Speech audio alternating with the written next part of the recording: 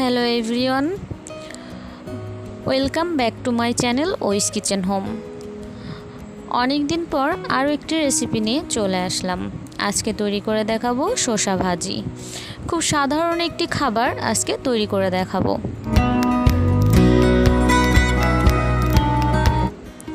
শসা ভাজি করার জন্য এইখানে অর্ধেক পরিমাণ শসা আমি নিয়ে নিচ্ছি। এটা খোসা ছাড়িয়ে নেব খুব ভালোভাবে। খোসা ছাড়িয়ে মাঝ বরাবর 3 ফালি করে নিয়েছি এবং ভিতর থেকে বিচিটা ফেলে দিয়ে খুব ভালোভাবে ধুয়ে নিয়েছি। এবার একটি গ্রেটারের সাহায্যে গ্রেট করে নিব। আমি গ্রেটারের মোটা অংশ দিয়ে এটাকে কুচি করে নিচ্ছি। গ্রেট করা হয়ে গেছে।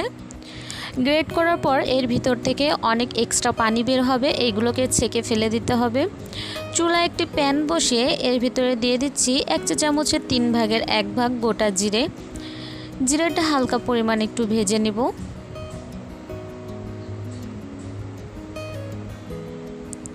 এবার এর ভিতরে দিয়ে দিচ্ছি 1/4 কাপ পরিমাণ পেঁয়াজ কুচি। পেঁয়াজটাও হালকা ভেজে নিচ্ছি। দিয়ে দিচ্ছি 1 চা চামচ পরিমাণ রসুন কুচি। দিয়ে দিচ্ছি 2টা কাঁচা মরিচ 4 ফালি করে কেটে দিচ্ছি। এবার এগুলোকে খুব হালকাভাবে আমি ভেজে নিচ্ছি যাতে একদম পুড়ে না যায়, সেদিকে খেয়াল রাখতে হবে।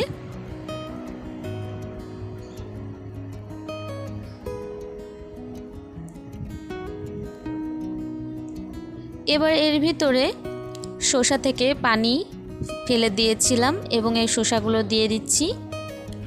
এবার শসা এবং পেঁয়াজ ভালোভাবে মিশাতে হবে।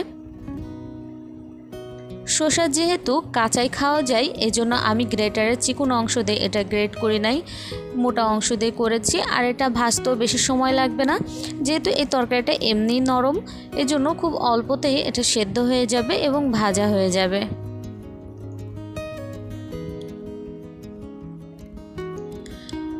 এবার এর ভিতরে দিয়ে দিচ্ছি স্বাদ মতো লবণ।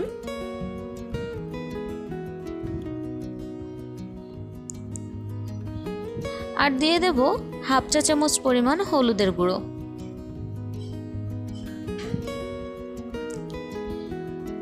এবারে সব উপকরণ একসাথে ভালো করে মিক্সড করে নিতে হবে। অনেক সময় কিছু সাধারণ তরকারি অসাধারণ হয়ে ওঠে যদি সেটা সুন্দরভাবে করা হয় এবং টেস্টটা ভালো হয়। তো সেরকমই শসার তরকারি কিন্তু খুব সাধারণ একটি খাবার, তারপরেও এর ভাজিটা খেয়ে দেখলাম অনেক বেশি স্বাদ। এজন্য ভাবলাম এটা আপনাদের মাঝে অবশ্যই শেয়ার করা প্রয়োজন। ভাজি কিন্তু অনেকটাই হয়ে গেছে, পানিটাও শুকিয়ে গেছে। এ পর্যায়ে আমি একটি ডিম ভালো করে ফেটিয়ে নিয়েছি এবং এর ভিতরে অল্প অল্প করে দিয়ে আমি ভাজির সাথে নাড়িয়ে দেব। একবারে ডিমটা দিলে হবে কি, এতে করে দলা বেঁধে যেতে পারে এবং হয়তোবা ডিম কোথাও লাগবে কোথাও নাও লাগতে পারে। এজন্য অল্প অল্প দিয়ে ভাজিটাকে আমি ভালো করে নাড়িয়ে নিচ্ছি।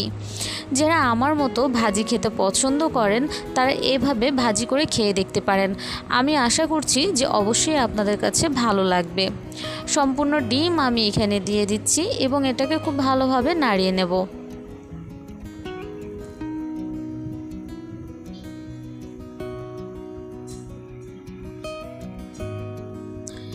এটা ভাজা হয়ে গেছে, আমি আরও কিছুক্ষণ ভেজে নিচ্ছি এবং এটাকে পরিবেশনের জন্য নামিয়ে নিচ্ছি। এই রেসিপি যদি আপনাদের ভালো লেগে থাকে তাহলে অনুরোধ করব রেসিপিটি দেখে অবশ্যই একটি লাইক দেওয়ার জন্য এবং পরবর্তীতে আমার কোনো রেসিপি সামনে আসলে অবশ্যই ঘুরে আসার অনুরোধ রইল। আশা করি ভালো লাগবে এবং আমার চ্যানেলে অনেক ইউনিক রেসিপি আছে, চাইলে দেখে আসতে পারেন। আজকের পর্বে এখানেই বিদায় নিচ্ছি। দেখা হবে অন্য কোনো পর্বে। ততক্ষণে সবাই সুস্থ থাকবেন, ভালো থাকবেন। আল্লাহ হাফেজ।